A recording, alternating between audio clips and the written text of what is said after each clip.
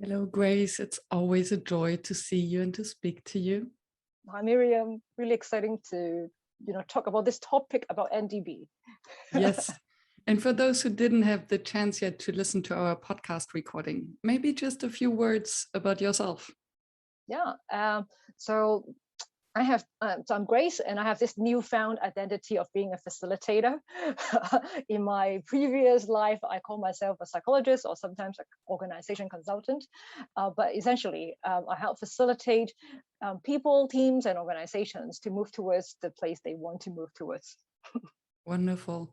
Looking back to your experience since the last festival and also the residency, and you have contributed workshops yourself and participated, what have you learned so far?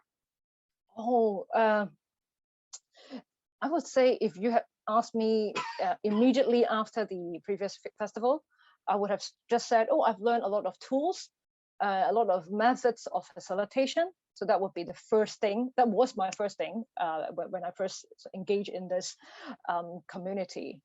And then later on, I realized there's actually a lot more than just the methods and tools. I mean, the methods and tools alone is already worth the investment, I have to say. But then I realized there's so much more. There's a community of people who are international and like-minded. Everyone shares the values of abundance, that you are not in competition trying to fight for each other's customer. You are actually here to help each other out. You will share ideas, and people give you feedback. You can test things, you can bounce ideas off. It's just the vibe of the community. It's another big sort of learning for me. There's learning in how in the things people share in the community, but there's also learning in how a community is formed and sustained.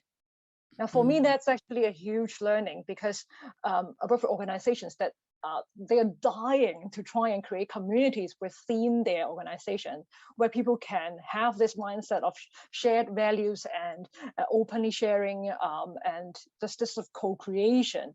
And what I have seen in the Never Done Before community, it's just a perfect example of how these can work. So another huge learning. Wonderful. And of course, there's also one more about how being a contributor of one of the workshops, and also a contributor that will contribute in the festival. This is also a safe space to do something crazy. I mean, for those who are listening to this interview, so I've done something called the workshop at the Tower of Babel. So basically, everyone was speaking in their mother tongue. And then we try to explore, okay, what could come out from this experience of everyone speaking in their mother tongues. And it was, quite amazing. We learned, I learned a lot in the process.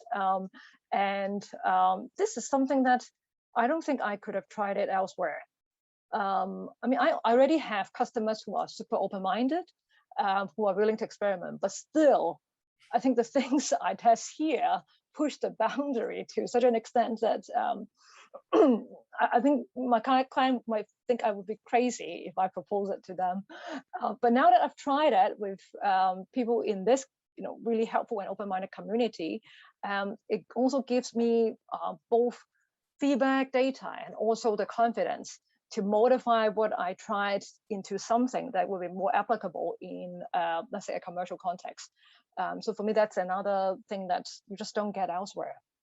Wonderful. Thank you for sharing that. And as a participant to your workshop, I learned so much from just the experiment that everyone would speak in their mother tongue. So yeah, priceless experience. What are you looking forward to at the festival? Well, you see, I think you also mentioned this before. Like, I used to think that, okay, yes, there can be a lot of new ideas, but there's just like some new ideas are not that new, and they are almost like an extension of something that is already there. And then I also used to think that, okay, maybe there can be limitless new ideas, but they would not come so quickly. Like, okay, like you let's say now you have an internet. So when would be the next thing that's going to be like even like a different version of it? It takes time.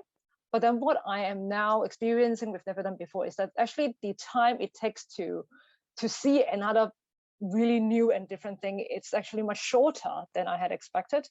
So you could actually, I mean, now almost every week there really is something new. And then every month you have something that is extremely new, that's really different. And that's what I'm looking forward to. Because in the festival, there'll be so many already very experienced facilitators who have already done a lot of things that are very new. And they're now asked to do something that is even newer. So that's what I'm looking forward to. And then there's another thing also. I also want to emphasize that it's not just about new, but it's also about new in a way that it addresses the challenges that we face today. And obviously we have this whole hybrid situation. How do you engage people and even build a culture in a team or in an organization when everyone is working in a different place? You even have to onboard people into a company with zero chance of meeting them face to face. So how do you do that? So all these challenges are things that facilitators actually needs to deal with. And with this much towards trying something new, I really think that there are chances where there is something that's new but also extremely applicable. When we link the innovation with the challenges that people are facing.